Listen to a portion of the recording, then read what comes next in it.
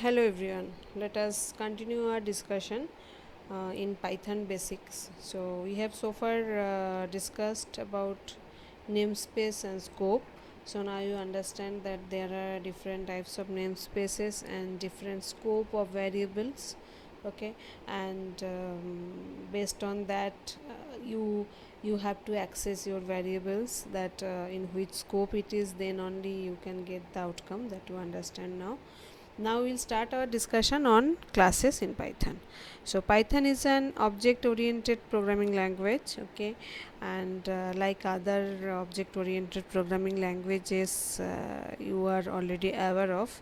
So it has also this most of the object oriented features available. And here first of all we have to define a class, and I can say that it's a user defined data type, a special user defined data type, and it can have two types of things inside it. One is the data members and one is the function. So I can define data members and functions within my class definition. And it's the purpose is if you are already familiar with classes, you know that the purpose is data and functionality should be bundled together. That is the purpose. So I have a compact one. Okay, so here I can have the number of data members and number of functions together. I can define it as a class so that it will be compact together. And whenever you create any class, and after the the last statement of the class, the object is already created. Okay, this is a different little bit of different concept, you can say.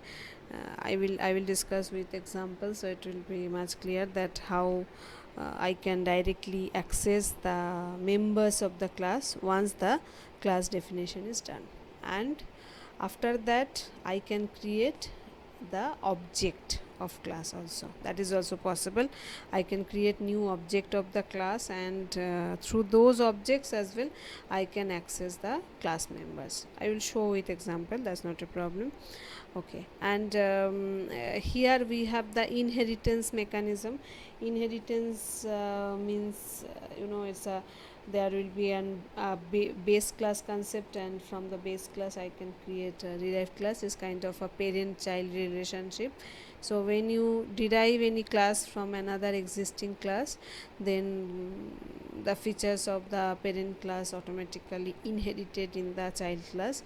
That the concept of inheritance, for our family inheritance we get the characteristics, features, and sometimes the properties as well of our parents in inheritance is also the same type of concept, that class inheritance. And here you can have multiple base classes, means when you are inheriting you can inherit from multiple base classes. That is called the multiple inheritance.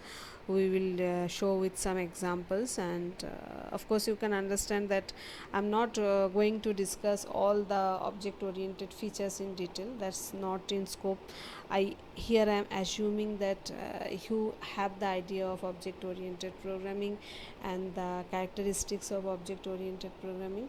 But in this session I am going to concentrate on exactly how classes are created in Python, and how the objects are created, how the members of the classes are accessed, how the constructors, destructors are written. Those things means it's only the class implementation specific to Python. But if you don't know about object oriented programming concepts, then it is required that you should first be familiar with object oriented programming concepts, and then only you can come here and complete this session. So that is important, I should tell you. Okay, anyway, so let us continue. Here I told you about multiple inheritance, and derived class can override any methods of its base class or classes. So if I want, I can write any method which is already present in base class in the derived class, so that the method I have written in the derived class will override the base class method. So once I access the method for the derived class, it will show me the method definition of the derived class, not the base class. So that type of overriding is also possible. Okay, so let us concentrate on now class object. So when a class definition is left, normally a class object is created. That I told you that whenever the class definition is complete, I can access the members of the class. Okay, how to do it, that I will show you. And class objects support two kinds of operations: attribute reference and instantiation. So what are those? That I will show you how to refer the attributes and how to do the instantiation. Okay, then obj.name, this is the class attributes, functions or variable name can be modified as well. So I can just access, when I have a class object, then I can access the method name or the variable name here, like with a dot, and I can access that variable, and I can change also, means I can read the variable, I can write the variable. How to do that, again I will show you. Okay, then class instantiation uses function notation, returns a new instance of the class. So a class instantiation means I have to call this method. This is the constructor. So through the constructor, I can assign values to the variables. Okay, so that I can do with this method. I'll show you how to do that. And the opposite is this del method. It is the class destructor. So whenever I am done with some object, then I can call this method, and I can make some changes in this method through this destructor, so that some unwanted changes should be revoked. So that's how this overall concept that we have discussed, and further discussion we'll do, but before that we'll go to Jupyter Notebook and create our class in Python. Okay, so now I am in Jupyter Notebook. So here you can see in the first cell I have written this class. I have to start it with the class keyword, and then I have to give a name of the class, and then a colon. You know that all the modules here starts with colon, and only the indentation is used for writing a block of code. No braces are there. So after this colon I have written these three statements. So these are actually part of the class definition. So this class employee has started, and here you can see I have declared three variables: employee count equal to 0, this is an integer variable, then name equal to test, salary equal to 0. So these are all data variables. You can see no function is there as of now. So let us first create this class. So once this class is created, so this was the last statement of the class. So once the class definition is over, then you can see I can access the members of the class. So I told you that once the class definition is done, I can access the class variables. So you can see here, simply I have declared three variables: c equal to employee.emp count. So I have not declared any specific object of the class as of now, but I can directly access the members of the class with class dot notation. So class dot variable name. So you can see I have just written these three statements. I am assigning those values in three variables, and at the end I am printing. So if you execute, you can see I am seeing the default values. Okay, so I guess so far you are clear. So I have defined a class, and after that I can access the members of the class with class dot member name notation, and I can access the values. And then in the next cell, what I am doing, e1 equal to this. So now I am creating explicit object of this employee class. Okay, here I had just used generically, and now I am creating a specific object of the employee class. Once this employee e1 is created, the similar way I had done before, here I am doing object dot member name, object dot member name. So there are three members of the class, so I am just accessing object dot member name that way, and I am assigning to three different variables. So let us print it again. So of course there was no change, so I am getting the same result here. So you can understand that there are two ways of accessing these class members. Either I can directly use this class dot notation and I can access those values, and here I have created an object of the class and accessing the variables with object dot notation. Fine.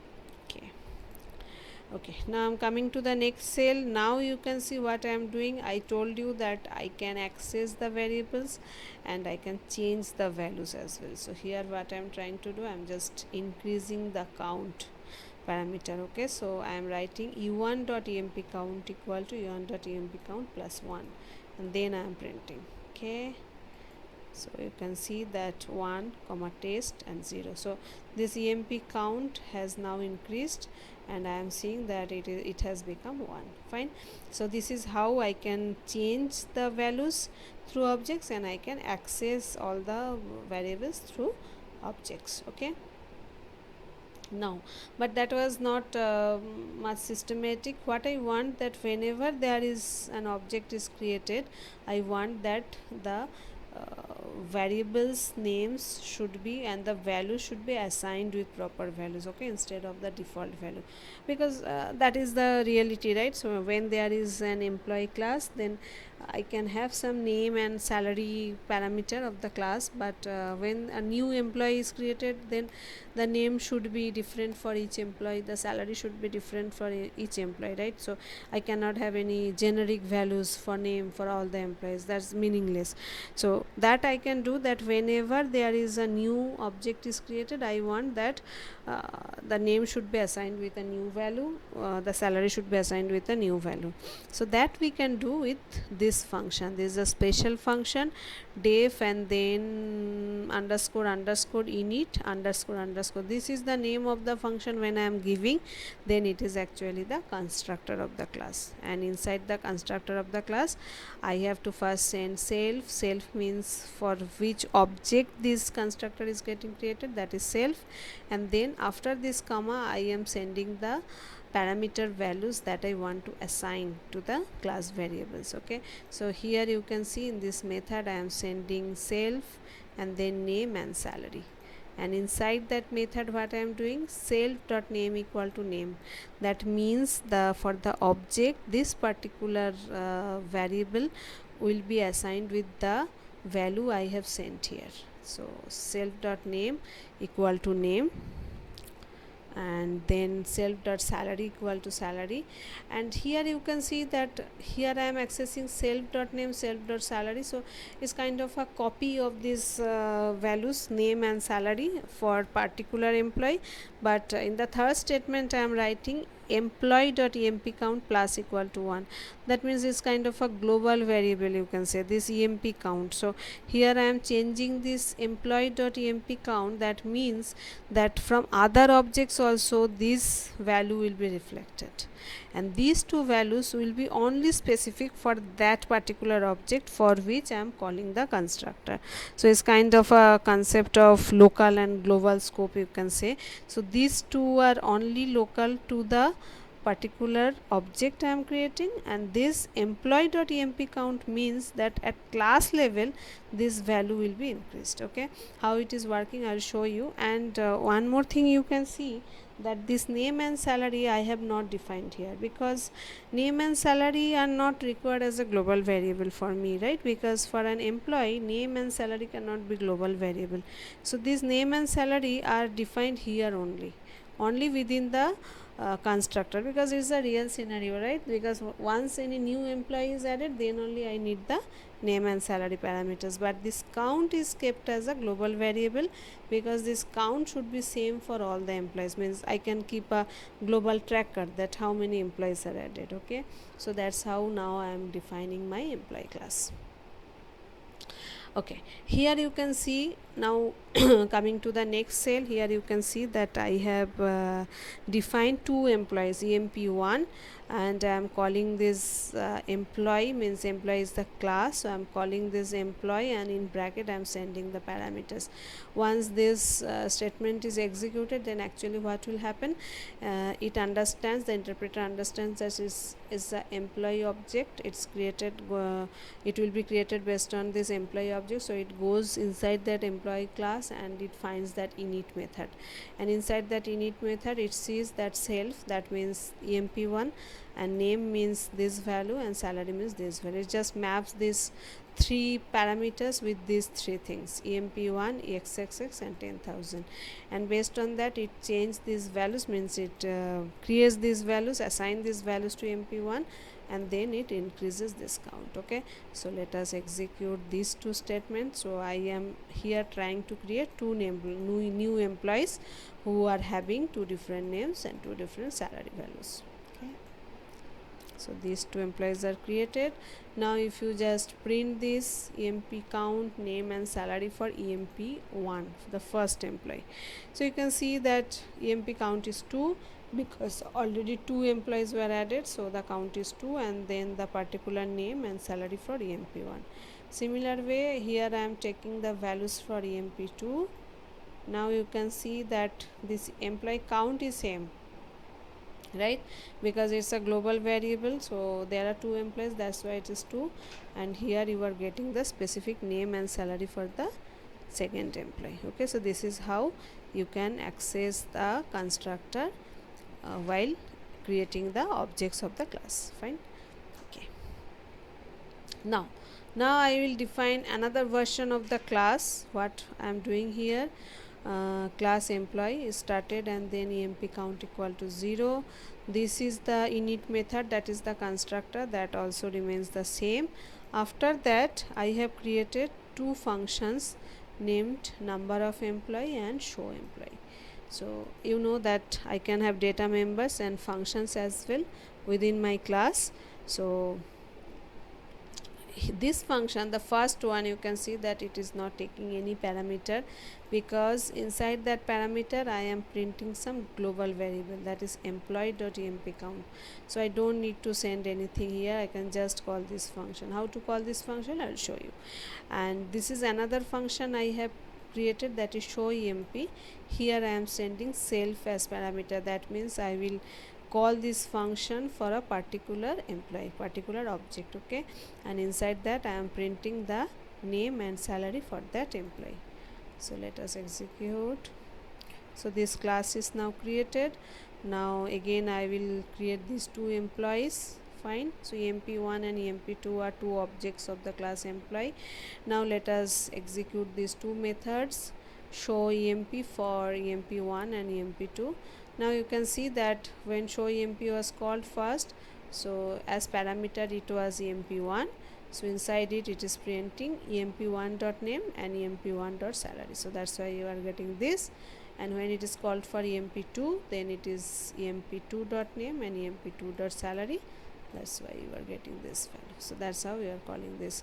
Now for number of employee, I can call this way, employee dot number of emp. Okay, so you can see total employee is equal to 2, and here I am calling for a particular employee, that will also not, that is not going to work, because number of employee takes 0 positional arguments, but 1 was given. So what is the problem here? The problem here is that I am calling emp1 dot number of employees. So emp1 means it's an object, so it will be considered as an argument to the function.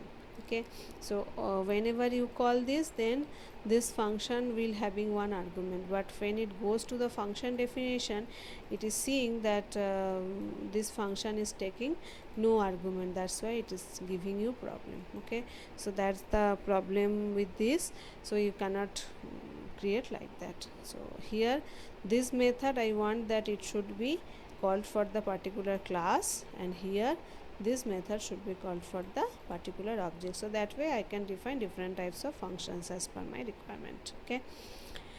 Okay, so I guess it was clear so far. Now this statement, now you can see here I am writing emp1 dot age equal to 30. So age is variable, it is something new you are saying, because in the class definition I don't have any age variable. But let us try this statement, let us see what happens. So it was executed without any error. Okay, and I can take this age value in some variable as well, I can print as well. So you can see this 30 is printed. Now if I am trying this with emp2 dot age, and if I execute, you can see that employee object has no attribute age. So age is something which was added for the particular object emp1, but not for all the objects. That's why when I'm trying to access emp2.h, then it is giving me error. So here in Python, apart from the class definition, you can add any new variable to a particular object. That is allowed. So as per my requirement, I can add a new variable for a particular employee, and it may not be available for other employees. That is allowed. Okay, and if I try to add this, then also you are getting the same error, because employee.age, employee for the class, this age variable is not available. That's why you are getting the error. Okay, so it's possible that I can add a particular attribute for a particular object. That's allowed. Okay, then there are some more functions for these objects that I can use. So I can use hash attribute employee1 age. So what it will give me, true or false, means if a particular object has a particular attribute, then it will show me true, otherwise it will show me false. So if I want that, okay, maybe, because as you know that here I can have different objects may have some different attributes, some new attributes I can add. So with this function you can validate that whether that object has that particular attribute or not, or based on that you can take some action. Okay, then similarly there is some another function called get attribute. Here it returns the value of age attribute. So if you execute, you are getting 30. Now let us try it with employee 2. So if you execute, you are getting error, of course, because employee 2 has no attribute as age. That's why you are getting that it is some error. Okay, then this set attribute, I can set some value of an attribute age. So I can change this to this, so it is possible. But let us try with employee 2. Then also it is, now this employee 2 also has this age attribute. Okay, and now if you try this, so now you are getting the value, because employee 2, earlier employee 2 had no attribute as age, but now employee 2 has the attribute age, so it is getting you the value. And then if required, I can delete the attribute age, means if I want that for a particular employee I don't want this age attribute, then I can just remove. So after this delete, if you try to get,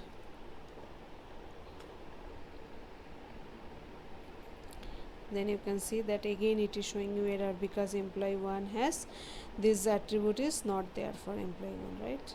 And this delete employee 1, so with this statement actually this particular object will be removed and the destructor will also be called. So you can remember if we have written okay, we have not yet written the destructor, but let us first execute this. Fine, so that employee 1 is deleted. After that, if I try to execute anything for employee 1, let us this method, if I execute, so you can see that employee 1 is not defined, so this object does not exist anymore. So you can remove any object with this del statement. Okay, and there are some global variables, this you can call and you can see some details about this. I can go to the presentation. Okay, so you can see these are some class attributes. Dictionary containing the class namespace. Actually namespace is maintained through dictionary structure. You know that there are different namespaces, so those details are actually in dictionary structure. You can see the class namespace here, and then come this doc. This is the class documentation. Okay, documentation string or none if defined. If you have defined some documentation for the class, you can see it here. Then name is the name of the class. Then module name in which the class is defined, means you can define a class within a module, and when you are just interactive mode, then the attribute is main, because main is the default module. Everything is within the main module. Okay, whether we explicitly write it or not. Then come the bases, a possibly empty tuple containing the base classes in the order of their occurrences in the base class list. So if for a particular class, if it is a derived class for derived from one or more base classes, then this attribute will show you that what are the list of base classes. Okay, so these are some class attributes that may be helpful for us for better understanding of the class. So here for this employee class, let us execute this. Just I will try to retrieve these attribute values. So here you can see this doc, it is none because no documentation was done for this class. Name is employee, module is main, employee basis. So this is a class where I am not derived from any class, that's why it is showing it is there is nothing. And this is the dictionary, so this is how it is kept in a dictionary format for different namespaces within that class. And okay, and this is this for this class and the module. This is how this dictionary details are maintained. Okay, so this is how I'm seeing. Fine, sorry, this is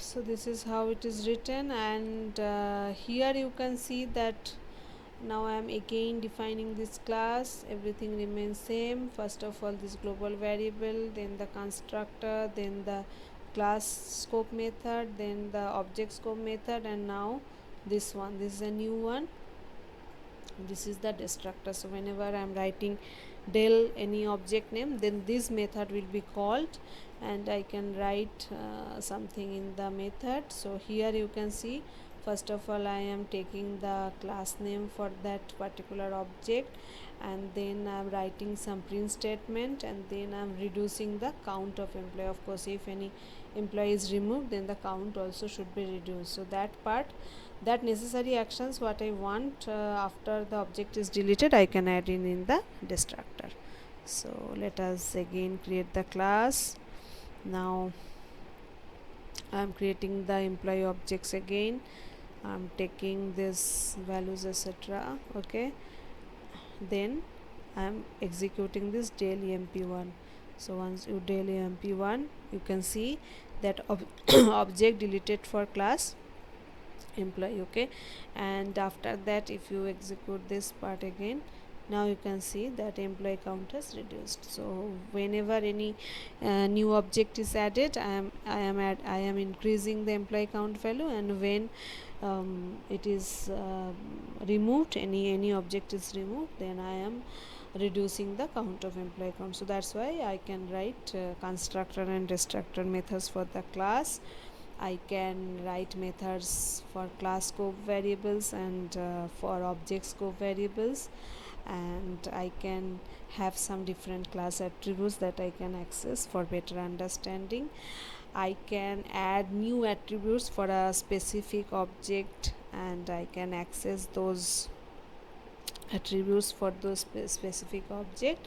And I have some methods as well which help me to add or remove or access these different attributes of an object. So that's how this class works for Python. And there is another thing left, that is inheritance. We'll discuss on inheritance in Python in the next session. Okay, so for now, thank you.